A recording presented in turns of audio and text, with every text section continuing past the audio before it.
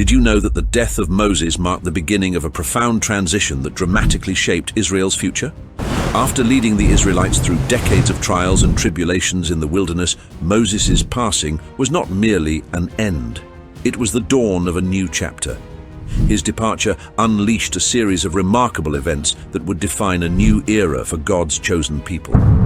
Imagine the uncertainty the Israelites felt as they lost their revered leader, a man who spoke directly to God and guided them through countless challenges. Yet, this moment of grief became a catalyst for astonishing developments. From the rise of a courageous new leader who would take them into the promised land, to miraculous victories that demonstrated God's unwavering presence among them.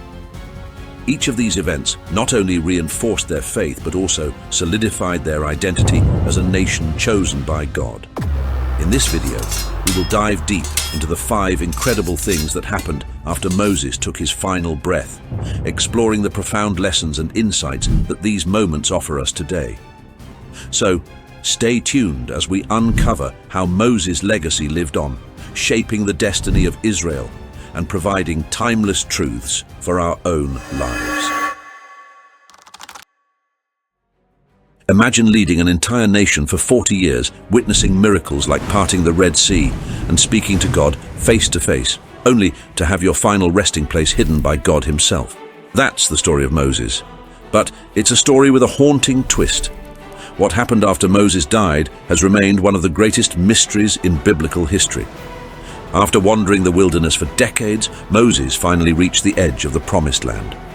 But because of a single moment of disobedience, striking a rock instead of speaking to it as God commanded, Moses was forbidden from entering the land he had longed for. However, God in his mercy allowed Moses a final glimpse of Canaan from the heights of Mount Nebo. From there, Moses saw what he could never enter. And then the unthinkable happened. The Bible tells us that Moses died in the land of Moab. But what happens next is where the mystery begins. God himself buried Moses in a hidden location.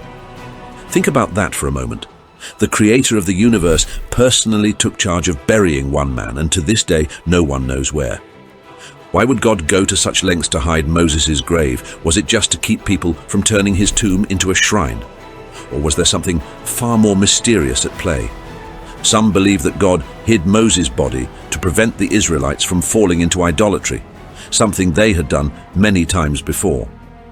Moses was revered almost like a god among them, and if they found his grave, it could have become a place of worship, diverting attention from God.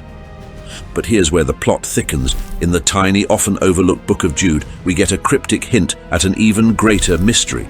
The archangel Michael had to contend with Satan over Moses' body. Yes, a heavenly battle for the body of a man. But why?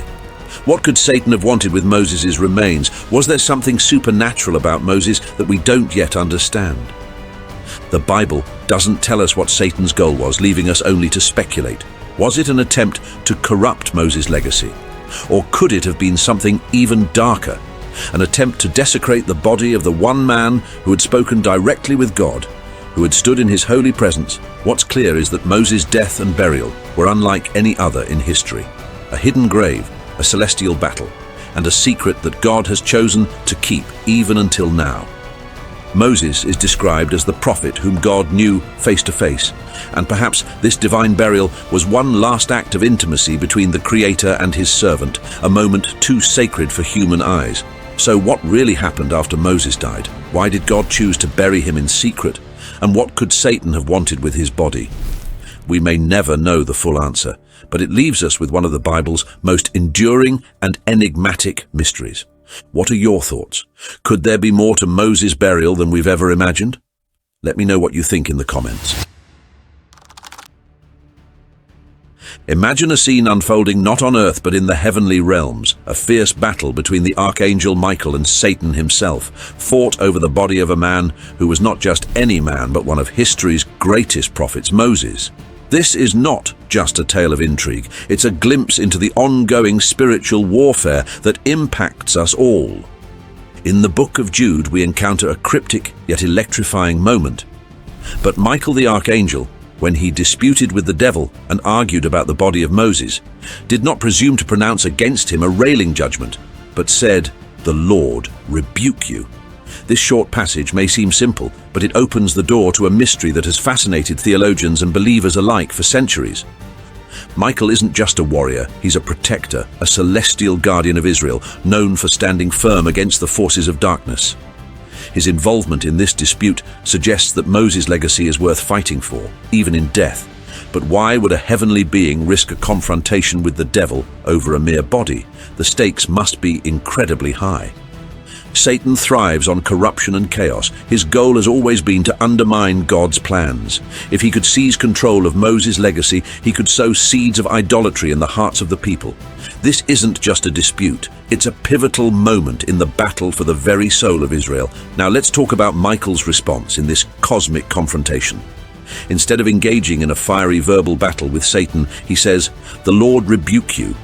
This statement is loaded with meaning. It underscores the authority of God, reminding us that ultimate power belongs to the Creator, not to any being, heavenly or otherwise. But there's something even deeper here. Michael's humility in the face of evil is a powerful lesson for us. In a world where we're often tempted to fight our battles with anger or pride, Michael teaches us that true strength comes from relying on God's authority. This dispute over Moses' body raises profound questions about the nature of spiritual warfare. It suggests that even after death, the battle between good and evil rages on. The spiritual realm is not merely a backdrop to our lives, it's an active battlefield where our legacies and faith are at stake. And let's not forget, God has a divine purpose for every individual. Moses' life was marked by faithfulness, and his legacy was meant to guide future generations. Even in death, God ensured that Moses' story would not be corrupted. The mystery of Moses' hidden grave and the heavenly dispute over his body emphasize the incredible significance of his life. Moses was not just a leader, he was a pivotal figure in God's unfolding plan for humanity, and his impact echoes through the ages. So what truly happened in that celestial dispute? Why did Michael fight for Moses' body, and what might Satan have aimed to achieve? The answers remain elusive, but one thing is clear. The legacy of Moses is a treasure that continues to hold power, even beyond the grave. What are your thoughts on this cosmic battle? Could there be deeper meanings woven into the fabric of this story? Join the conversation in the comments below. Let's unravel the mysteries together. In the wake of Moses' death, a profound silence fell over the Israelites, a silence that spoke volumes about their collective grief. For 30 long days, they mourned, not just a leader, but a symbol of their liberation and hope. Deuteronomy chapter 34 verse 8 captures this poignant moment. The Israelites mourned for Moses in the plains of Moab 30 days. But what does this mourning really signify? It marks the end of an era, a turning point in the history of a people who had wandered for 40 years under Moses' guidance.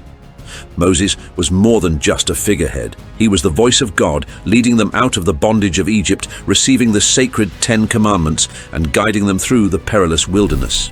His death was not merely the loss of a leader, it was the loss of their anchor, their spiritual guide. With his passing, an enormous void loomed, casting uncertainty over the future of the Israelites.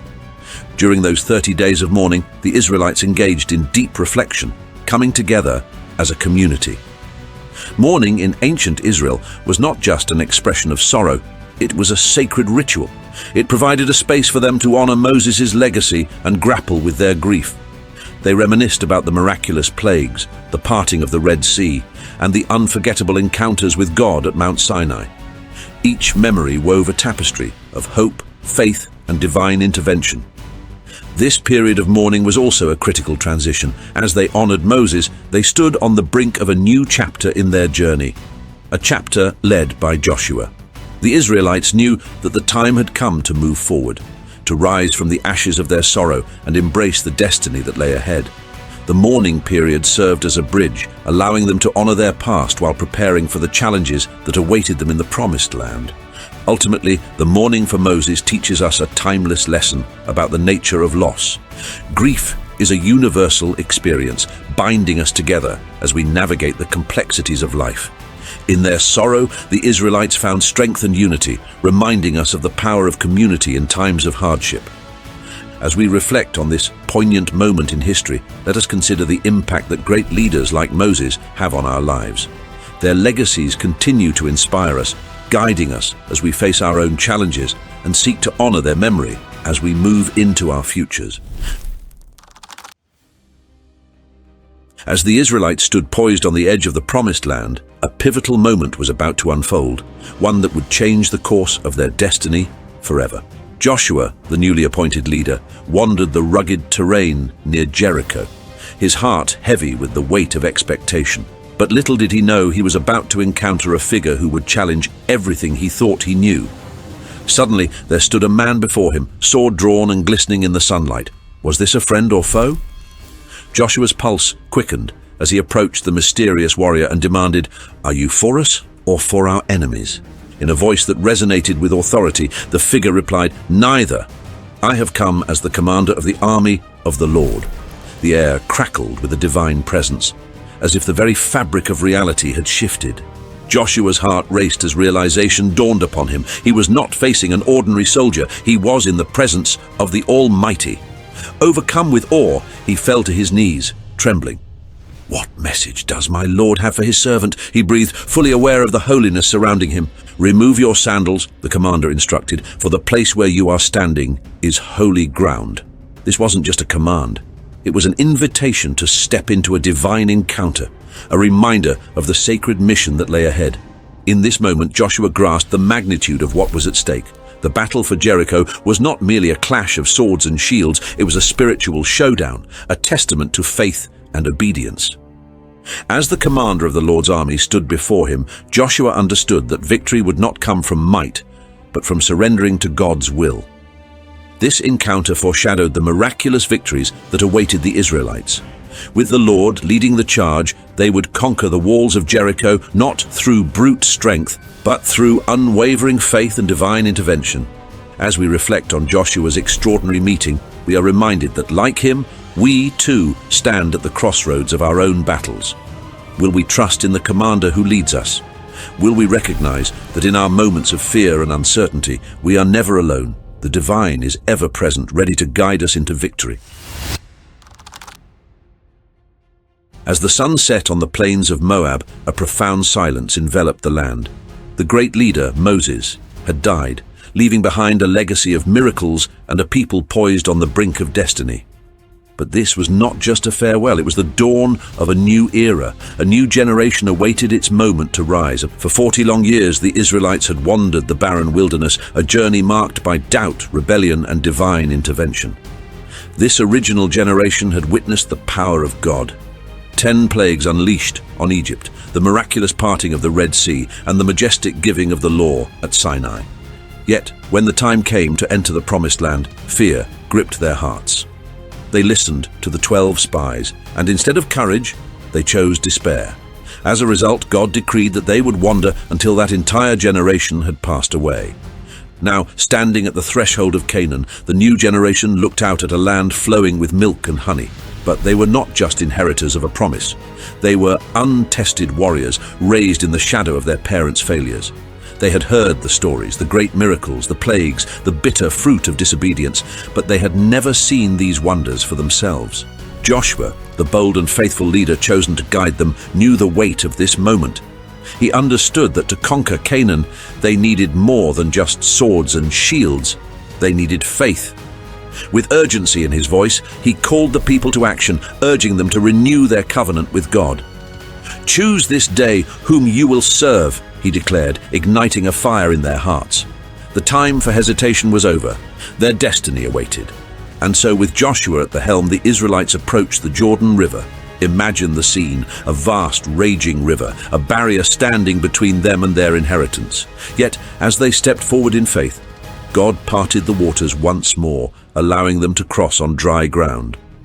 The miraculous crossing echoed the ancient Exodus, but this time it was a new generation stepping into a new promise. Their first test awaited them at Jericho, a city fortified with towering walls and guarded by fierce warriors. Fear could have paralyzed them, but faith propelled them forward. They marched around the city, day after day, in a spectacle that bewildered their enemies. On the 7th day, with a mighty shout, the walls came crashing down, and the city fell, not by might, but by obedience to God's plan. As they divided the promised land among the tribes, they were not merely claiming territory, they were stepping into the legacy of Abraham, Isaac, and Jacob. This was their moment to rewrite history, to forge a new identity as a people chosen by God. But this story doesn't just end with conquest, it serves as a powerful reminder for us today. Like the Israelites, we face our own giants and fortified walls. Yet, the call remains. To choose faith over fear, to pass down a legacy of belief to the next generation, and to trust in God's promises despite our past mistakes. As we reflect on this remarkable journey, let us remember that the new generation wasn't just entering a land, they were stepping into their purpose. The question remains, how will we respond to the call of destiny in our own lives? Will we too rise to the challenge, embracing the promises that await us? If you found this exploration of the 5 things that happened after Moises died enlightening, don't forget to like this video and subscribe for more captivating insights into the Bible's greatest stories. Share your thoughts in the comments below. Remember, every like and comment helps spread the message further. Thank you for watching, and see you in the next video.